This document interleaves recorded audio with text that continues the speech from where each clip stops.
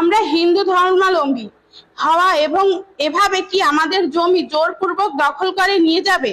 আমরা কি সঠিক বিচার পাবো না? এই অবস্থায় আমি আমার পরিবারের নিরাপত্তার আমি জমি ফেরত চাই।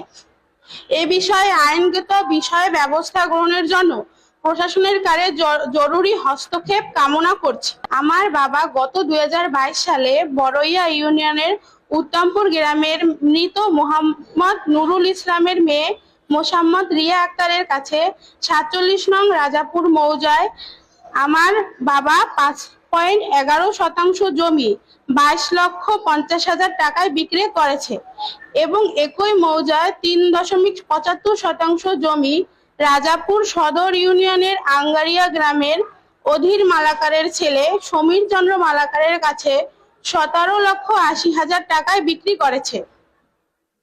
বিক্রির পরে তাদের দুইজনের জমি একাধিকবার মেপে বুঝিয়ে দেওয়া হয়েছে।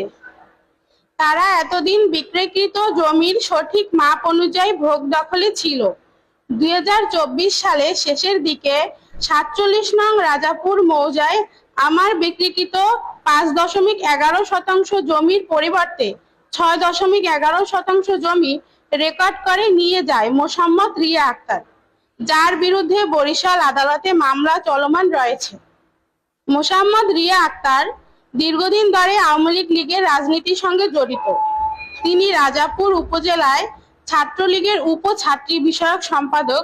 তার স্বামী আলগি গ্রামের মৃত সোহরাব হালদারের ছেলে মোহাম্মদ রফিক হালদার। তিনি রাজাপুর উপজেলা পরিষদে চাকরি করেন।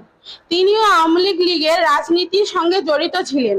বর্তমানে আওয়ামী লীগ ক্ষমতায় না থাকলেও মোসাম্মদ রিয়া আক্তারের স্বামী মোহাম্মদ রফিক হালদার রাজাপুর উপজেলা পরিষদের চাকরির সুবিধায় স্থানীয় লোকজন নিয়ে ক্ষমতার বলে 28 জুন রবিবার সকালে আমার জমির সীমানায় বেড়া ও টিন ভেঙে জোরপূর্বক দখল করে নিয়ে যায়। আমাকে ও আমার পরিবারকে বিভিন্নভাবে হয়রানি হুমকি দেয়। আমি রাজাপুর থানা পুলিশের মোবাইল নম্বরে কল দিয়ে বিষয়টি জানালে তারা ঘটনাস্থলে এসে তারে বাধা দিয়ে থামিয়ে দেয়, কিন্তু এখন পর্যন্ত আমি কোনো প্রতিকার পাইনি। বরং মোহাম্মদ রফিক হালদার আমাকে এবং আমার পরিবারকে স্থানীয় লোকজন নিয়ে এসে বিভিন্নভাবে ভয়ভীতি দেখাচ্ছে।